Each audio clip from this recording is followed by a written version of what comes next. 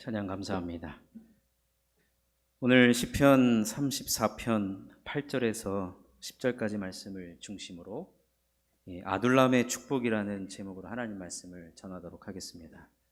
여러분 한 주간 동안 평안하셨는지요? 네, 아멘이시죠. 요즘같이 이렇게 폭염 그리고 지금 사회가 되게 길거리 다니기 무서운 그런 세상이 되어버렸습니다. 그런데도 오늘 이렇게 건강한 모습으로 함께 뵐 수 있어서 얼마나 감사한지 모르고 우리 이렇게 저를 한번 따라해 주시면 감사하겠습니다. 하나님 감사합니다. 예. 자, 하나님이 우리를 지켜주시지 않으면 우리가 살 수가 없습니다. 예. 오늘 본문에 등장하는 인물은 다윗인데요. 아시다시피 다윗은 사무엘로부터 왕이 되라는 기름 부음을 받습니다. 그런데 기름 부음 받고 바로 그 즉시로 왕이 된 것이 아니었습니다. 왜냐하면 사울 왕이 아직까지도 건재했었거든요.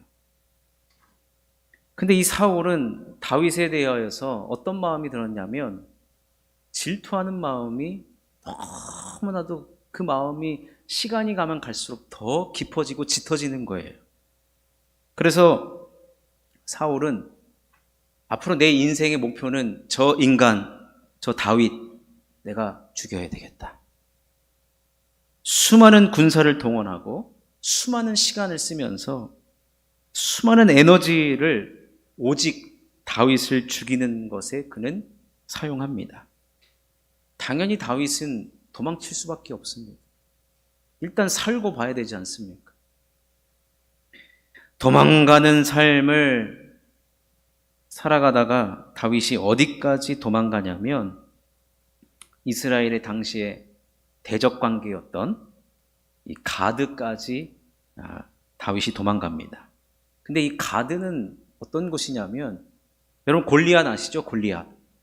골리앗의 고향이며 골리앗의 나라가 바로 이 블레셋 가드인 것입니다. 여러분 골리앗이 누구에 의해서 죽임을 당하죠? 다윗이잖아요. 그러니까 이 블레셋 특히 이 가드에서는 다윗 하면 우리의 영웅을 죽인 아주 치를 떠는 그러한 인물인데 다윗이 그런 곳까지 도망갈 데가 이제 없어요. 도망가다가 어디까지 도망가느냐? 그 가드까지 도망을 가는데 당연히 알아보니까 어떻게 하냐? 변장을 하고 도망을 갑니다. 그런데 여러분 변장한다고 해서 못 알아보겠습니까? 지나다니는 걸음걸이와 행세가 다윗과 비슷한 거예요. 여기저기 신고가 들어가고 알아차립니다. 그러자 여러분 다윗이 했던 행동이 무엇인지 아십니까? 사무엘상 21장 13절에 의하면 그들 앞에서 그의 행동을 변하여 미친 채 하고 대문짝에 그적거리며 침을 수염에 흘리며 다윗이 목숨을 부지해야 되니까 미친 척 연기를 하고 침을 흘릴 수밖에 없어요. 근데 이 모습을 본 이 아기스 왕이 이렇게 이야기하죠. 사무엘상 21장 15절 말씀에 내게 미치광이가 부족하여서 너희가 이 자를 데려다가 내 앞에서 미친 짓을 하게 하느냐? 이 자가 어찌 내 집에 들어오겠느냐? 하니라. 쫓아내라는 거예요. 네. 그래서 다윗이 결국에는 어디로 도망을 가느냐? 도망간 그 굴 속으로 도망을 가는데 그 굴 속의 이름이 아둘람입니다. 오늘 설교의 제목 아둘람. 사무엘상 22장 1절 말씀. 그러므로 다윗이 그곳을 떠나 아둘람 굴로 도망하매. 아둘람 굴로 도망을 합니다. 겨우 목숨을 부지하고자 도망갔던 곳이 바로 굴인데 여러분 우리가 그 굴 속에 여러분 뭐가 좋겠습니까? 어둡죠. 거기 공기가 잘 통하겠습니까? 근데 거기가 좋은 것이라고 다윗이 그곳에 있다라는 소문이 들리기 시작하니까 그의 형제와 아버지의 온 집이 이 다윗을 보러 그 굴로 간 겁니다. 자, 사무엘상 21장 1절 후반절을 보니까 그의 형제와 아버지의 온 집이 듣고 그리로 내려가서 그에게 이르렀고. 여러분, 지금 다윗은 인생에 있어서 변장까지 하고 미친 척을 하고 수염에 침을 흘리기까지 인생의 가장 밑바닥의 상태에서 아둘람 굴, 그것도 겨우 도망을 간 곳에 사람들이 몰려오니까 얼마나 여러분 귀찮겠습니까? 여러분, 내가 기분 좋아하기 다른 사람들을 맞이할 수 있는 거 아닙니까? 내가 만사가 다 귀찮고 내 마음이 지금 지옥 같은데 내가 어떻게 사람들 오는 것을 내가 맞이할 수 있겠습니까? 근데 더 나아가서 사무엘상 22장 2절을 보니까 환난당한 자와, 이 말씀 한번 다 같이 한번 읽어보겠습니다. 시작. 환난당한 모든 자와 빚진 모든 자와 마음이 원통한 자가 다 그에게로 모였고 그는 그들의 우두머리가 되었는데 그와 함께한 자가 400명 가량이었더라. 그의 형제들 뿐만 아니라 지금 약 400여 명이 그 아둘람 굴로 몰려들었는데 그들을 세 부류로 딱 정확하게 나눠지는 거예요. 무엇이냐면 환난당한 모든 자, 빚진 자, 마음이 원통한 자. 이들의 공통점은 뭐냐? 사회적으로 보면 다 약자예요. 그리고 돌봄이 필요한 자들입니다. 이들은 사회복지사가 있는 그 복지시설로 가야 될 사람들이 지금 다윗이 있는 아둘람 굴로 몰려든 거예요.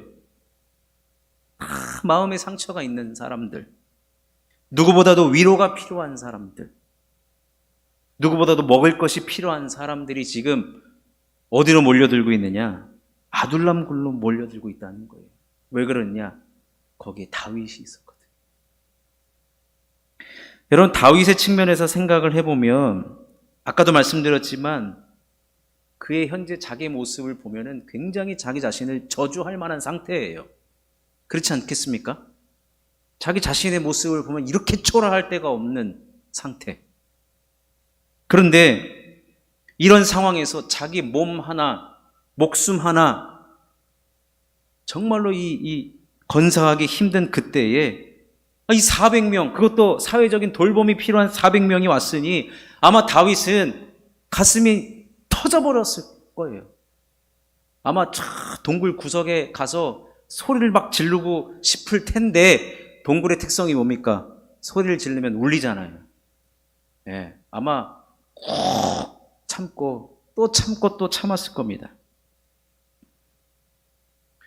근데 여러분, 우리가 여기서 다윗이라는 인물을 우리가 알아야 할 필요가 있는데, 이때 다윗이 어떻게 했냐면 그는 하나님 앞에 부르짖으면서 호소합니다.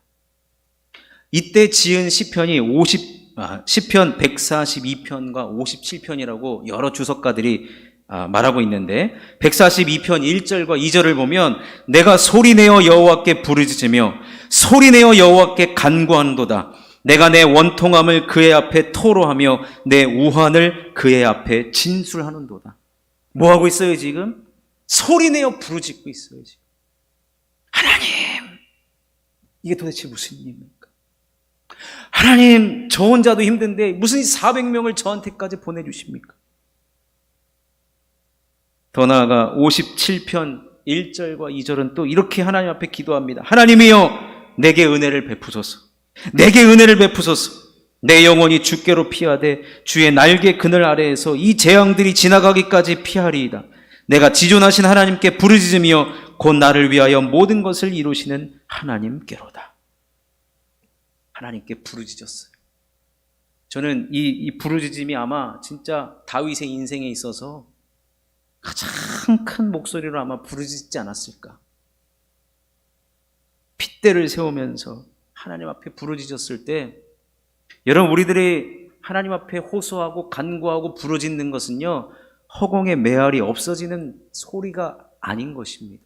하나님은 다윗의 이 부르짖음과 은혜를 베풀어 달라고 하는 이 간구에 하나님은 가만히 있지 않으셨어요. 하나님은 다윗을 그 기도에 들으시고 어루만지기 시작합니다. 아마도 하나님에게 손이 있었다고 한다면 그의 등을 어루만지시면서 괜찮아 다윗아, 괜찮아 다윗아. 회복과 치유를 다윗에게 허락해 주셨어요. 그런데 여러분, 회복과 치유를 허락해 주셨다고 해서 지금 다윗이 있는 이 아둘람이 굴이 아니라 궁전으로 바뀌어버린 것이 아니에요. 바뀐 게 무엇이냐면 복잡했던 그의 마음, 원통한 마음, 밑바닥까지 내려갔던 그의 자존감을 하나님께서는 바꿔주신 것이죠. 어떻게 바꿔주셨느냐? 본인 스스로도 화가 나는데 400명이 앉아있는 그 사람들을 볼 때 얼마나 그 속에서 우라통이 넘쳐나겠습니까? 그런데 그 다윗의 마음과 그의 입술을 어떻게 하나님 바꿔주셨느냐? 다윗의 입술에서 찬양이 흘러나오게 해주셨어요. 그리고 그의 밑바닥까지 내려간 자존감을 하나님께서는 다시 회복시켜 주시고 그의 입술에서는 감사가 넘쳐나오는 다윗으로 바꾸어 주셨습니다. 시편 57편 8절과 9절을 통하여서 우리가 확인할 수가 있습니다. 함께 읽어보겠습니다. 시작. 내 영광아 깰지어다, 비파야 수금아 깰지어다, 내가 새벽을 깨우리로다. 주여, 내가 만민 중에서 주께 감사하오며 문나라 중에서 주를 찬송하리. 보세요, 다윗이 지금 뭐하고 있어요? 새벽을 깨운, 여러분 누가 새벽을 깨웁니까? 하루의 시작을, 여러분 내가 힘들면요 아침이 오지 않았으면 좋겠다는 생각 들어요. 또 하루를 맞이하고 싶은 생각이 들지 않아요. 그런데 다윗은 지금 뭐하고 있어요? 새벽을 기다리고 있어요. 회복된 것이죠. 그리고 뭐하고 있습니까? 주여, 내가 만민 중에서 주께 감사하고 있다는 거예요. 감사. 환난당한 자, 빚진 자, 마음이 온통한 자를 봤을 때 아이고 저 인간들 도대체 나한테 왜 왔을까? 라고 했던 그 입술이 하나님 저분도 감사, 이분도 감사, 저에게 보내주셔서 감사. 여러분, 다윗은 본인이 회복되니까 이 아둘람 굴이 어떻게 해요? 다르게 보이기 시작합니다. 이 아둘람이라는 히브리어의 뜻은 무엇이냐면 본래 뜻은 은신처, 피난처라는 뜻을 가지고 있어요. 다윗은 처음에 도망하면서 왔던 이 아둘람 굴이 은신처여 피난처라는 그런 생각이 들지 못했어요. 내 목숨 하나 건지기 위해서 왔던 이 굴이 이제는 하나님께서 그를 어루만져 주시고 회복시켜 주시니까 이곳이야말로 진정한 은신처요 피난처라는 것을 그는 영적인 눈을 열고 바라보게 된 것입니다. 여러분 기억력 좋으십니까? 아니요. 네. 네, 기억력을 사실 믿고 신뢰할 수는 없습니다. 기록에 의존해야지 사실은. 근데 저는 이 5살 때부터 9살 때까지 기억이 참 좋습니다. 왜냐하면 그때 우리 집이 조금 경제적으로 여유로웠던 것 같아요. 그래서 제 방도 있었고, 그 다음에 때가 되면 뷔페 가서 그때 어린 나이였으니까 아이스크림 막 퍼먹을 수 있었고, 그래서 이 어렸을 때 그 마음껏 뛰어놀다가 이제 엄마가 부르죠. 정연아 밥 먹어. 그러면 밥 먹으러 와서 아무 생각 없이 밥 먹고 씻고 자고. 근데 어느 날 당시 이제 저는 어렸을 때 제 방에서 이렇게 지내고 그랬는데 어느 날 저희 집이 이사를 간 거예요. 이사를 갔는데 제가 살던 방보다도 작은 방에서 우리 4식구가 다 같이 잠을 자는 거예요. 그래서 이게 도대체 하루는 같이 잘 수 있잖아요. 가족의 단합을 위해서. 근데 내일도 자고 모레도 자고 계속 자는 거예요. 그래서 이게 무슨 일인가. 근데 어린 나이에 제가 이걸 알겠습니까? 나중에 알고 보니까 아버지께서 친한 친구의 사업을 한다고 보증서를 하나 써주신 게 있는데 그게 잘못된 거죠. 그래서 아버지는 회사에서 잘리고, 그래서 단칸방 있는 슈퍼마켓 조그맣게 딸린 이 단칸방의 집에서 우리가 생활하게 된 겁니다. 근데 저는 그때까지도 망한 줄 몰랐어요. 왜냐하면요, 비록 방은 좁게 잤지만 일어나면은 우리 집이 슈퍼마켓이잖아요. 구멍가게. 먹을 것이 천지였어요. 그래서 그때 아시나 모르겠지만 이 블랙조, 자유시간 이런 초콜릿들 하나씩 빼먹으면서 저는 나름대로 좋은 또 유년기를 보냈는데, 어느 날 갑자기 이 슈퍼마켓에 이사를 왔다고 하니까 옆에 바로 양복점이 있었어요. 양복점 사장님 부부가 저하고 동갑내기 아들을 데리고 찾아오십니다. 이사 왔다. 우리 옆에서 우리도 장사한다. 잘 지내보자. 근데 그분들이 오신 목적은 한 가지였어요. 뭐냐면 우리랑 같이 교회 다니자. 근데 우리가 쫄딱 망하고 온 줄을 그 양복점 사장님 부부는 몰랐어요. 일단은 저는 그 막내 아들과 나이가 같으니까 제가 이사 와가지고 뭐 친구가 없지 않습니까? 같이 친해지면서 그 친구 집에 놀러를 갔는데 2층 양옥집이에요. 양옥집. 집이 너무 넓어요. 나중에 이사를 갔는데 5층짜리 건물주더라고요. 그래서 알고 보니까 이 양복점 사장님 부부는 그 교회 장로님, 권사님이셨어요. 제가 어린 마음에 교회 다니고 또 이렇게 장로님, 권사님 되면 좋은 집에 사는구나. 근데 그런 생각이 들어서 교회를 저는 잘 나가기 시작했죠. 그러면서 제가 이제 먼저 교회를 나가고 제 동생도 나가고 우리 어머니가 나가고 맨 마지막으로 원래 그 집안에 제일 말 안 듣는 분이 제일 나중에 나가잖아요. 제일 나중에 해가지고 온 가족이 교회를 나가게 됩니다. 근데요, 저는 친구가 좋고 호기심으로 나갔지만 저희 부모님은 교회를 나가는 것이 일생일대에 정말로 그 상처받고 그 친구의 빚보증 잘못 서줘서 물질적 어려움, 사람에게 받은 상처, 여러 가지 환경적인 것들을 그 누구도 알아주지 않고 위로해 주는 곳이 어디였냐면 바로 교회였고, 또 손을 내밀어 주신 분이 바로 우리 예수 그리스도였다는 것입니다. 그래서 이 일이 벌어졌을 당시에는 해석이 안 되죠. 해석이 안 돼요. 왜 이렇게 망하느냐. 근데 결론적으로 나중에 돌아보면 우리가 망해서 이사를 갔는데 하나님은 그것을 통하여서 우리들에게 아둘람이라고 하는 은신처를 마련해 주셨고, 그래서 우리가 주님을 만남으로 해서 영적인 눈이 열려지니까 여기가 하나님께서 예비하신 곳이요, 여기가 축복의 장소인 것을 다윗처럼 우리 가정도 깨닫게 된 것입니다. 사랑하는 성도 여러분, 여러분에게 있어서 은신처와 피난처는 어디이십니까? 그리고 누구이십니까? 여러분, 가장 우리 자녀들이 힘들어하는 게 뭐냐면, 제가 얼마 전에 한 청년을 만나는데 이 심리 상담해요. 근데 초중고 학생들 그 심리 상담을 해주는데 이 학생들이 가장 요즘에 힘들어서 상담받고 상담소를 찾는 이유가 대인관계예요. 대인관계를 배운 적이 없대. 학교에서 가르쳐주지 않았기 때문에 내가 어떻게 상대할 줄을 모른대요. 그래서 이 문제 때문에 엄청나게 많은 학생들이 이 상담소를 찾는데, 여러분,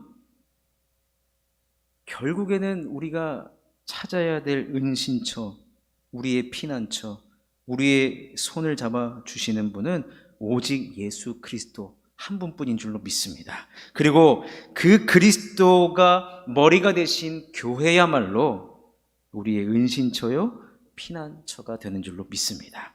사랑하는 성도 여러분, 아둘람굴에는 400명의 환난당한 자, 또 마음이 원통하고 빚진 자들이 모여들었습니다.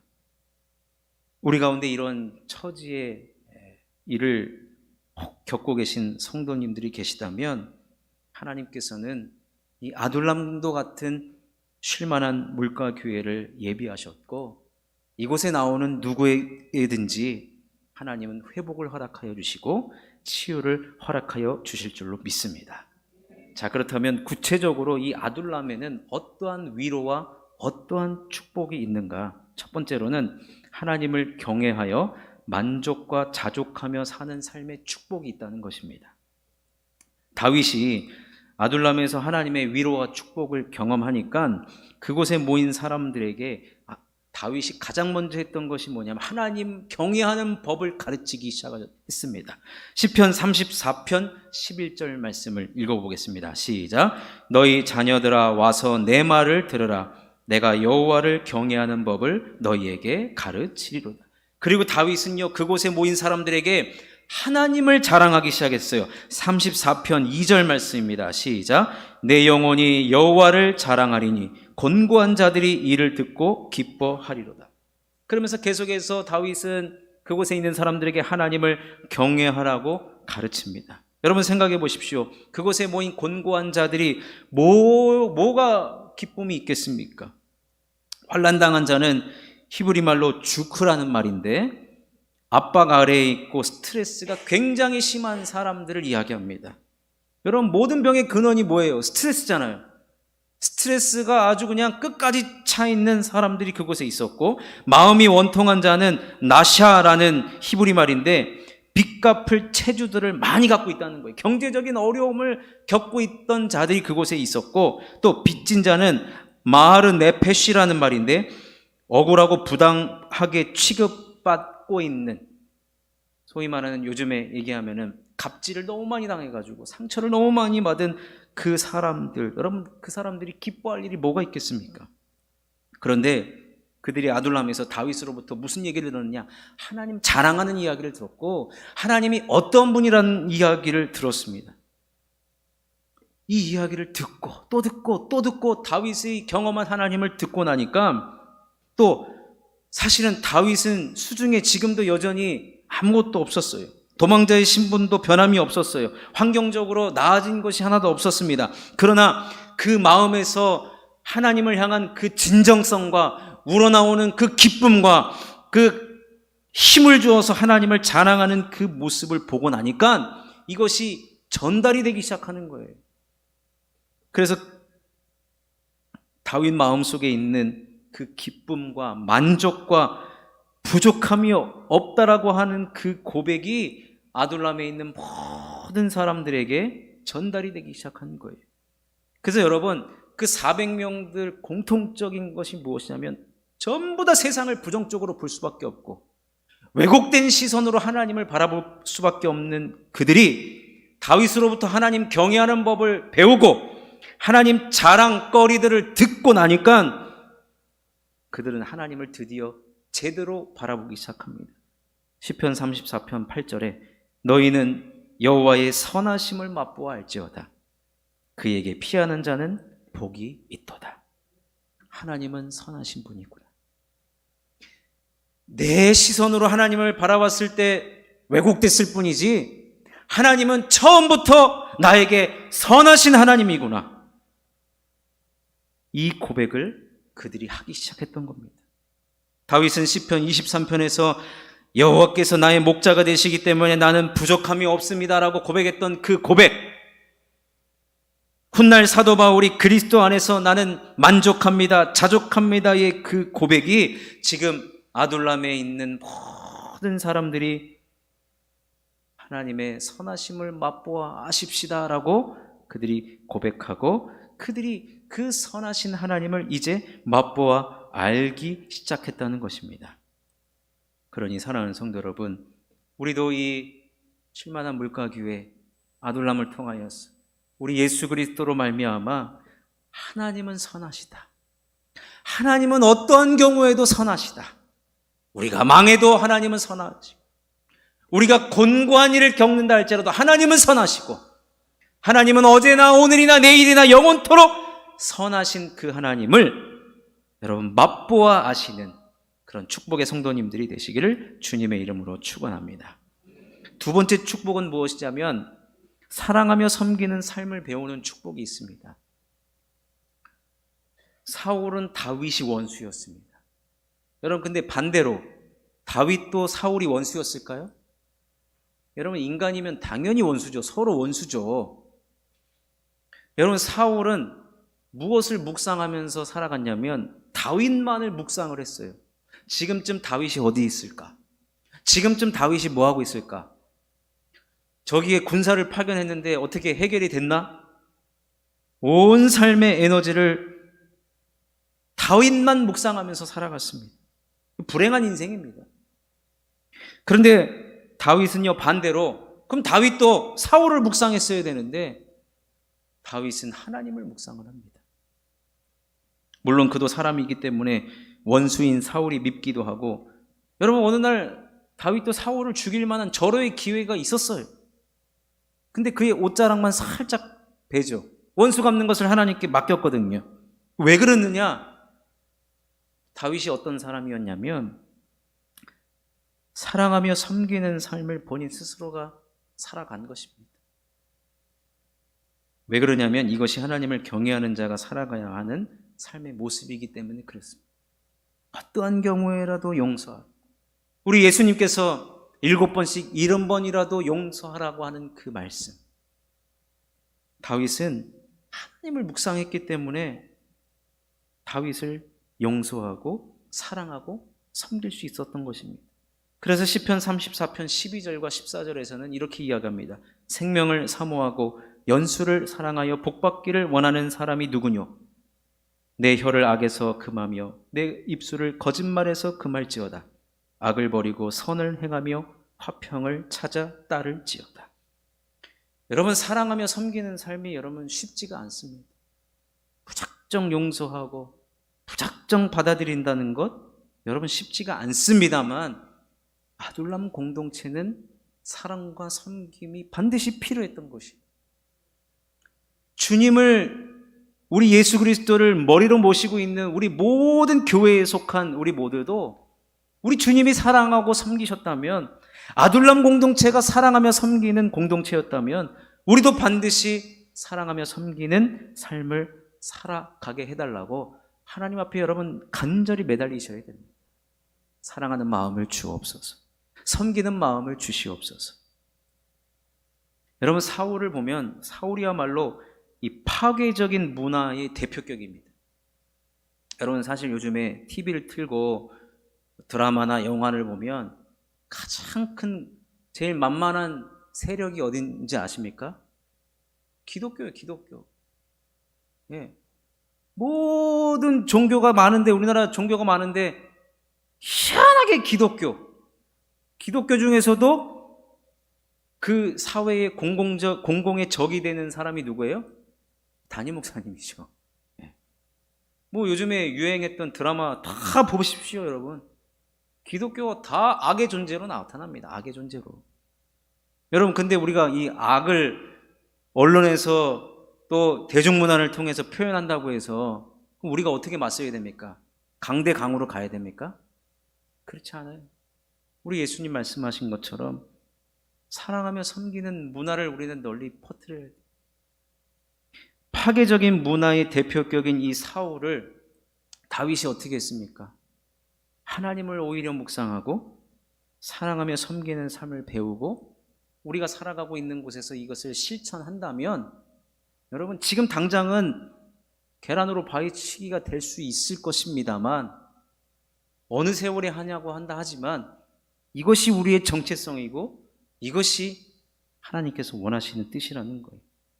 그러니 이곳에 모인 우리 모두가 이러한 파괴적인 문화가 종결되고 하나님의 복음이 중심되는 사랑하며 섬기는 문화를 널리 퍼뜨려야 하는 책임과 정체성이 저와 여러분 모두에게 있다는 것입니다. 그러니 우리 실만한 물가 교회를 통하여서, 주의 말씀을 통하여서 또 이곳에서 함께 사랑하며 섬기는 삶을 마음껏 훈련하셔서 내가 어디에 있든지 이런 파괴적인 문화를 나를 통해서 종결되어지고 사랑하며 섬기는 문화가 꽃피울 수 있기를 그렇게 쓰임받을 수 있기를 주님의 이름으로 축원합니다. 마지막 세 번째 축복은요, 하나님 나라를 세우기 위한 쓰임받는 축복이 있다는 거예요. 아까 다윗과 함께한 이 400여 명의 무리들이요, 다윗의 이 간증과 여러 사랑하며 섬기는 삶을 훈련받고 나니까 이제 그들만 좋고 끝난 것이 아니에요. 여러분, 다윗은 그들의 우두머리로서 먼저 된 자로서 그들을 하나님의 사람으로 세워갔고 하나님 나라를 세워나갈 동력자로 세워나갔습니다.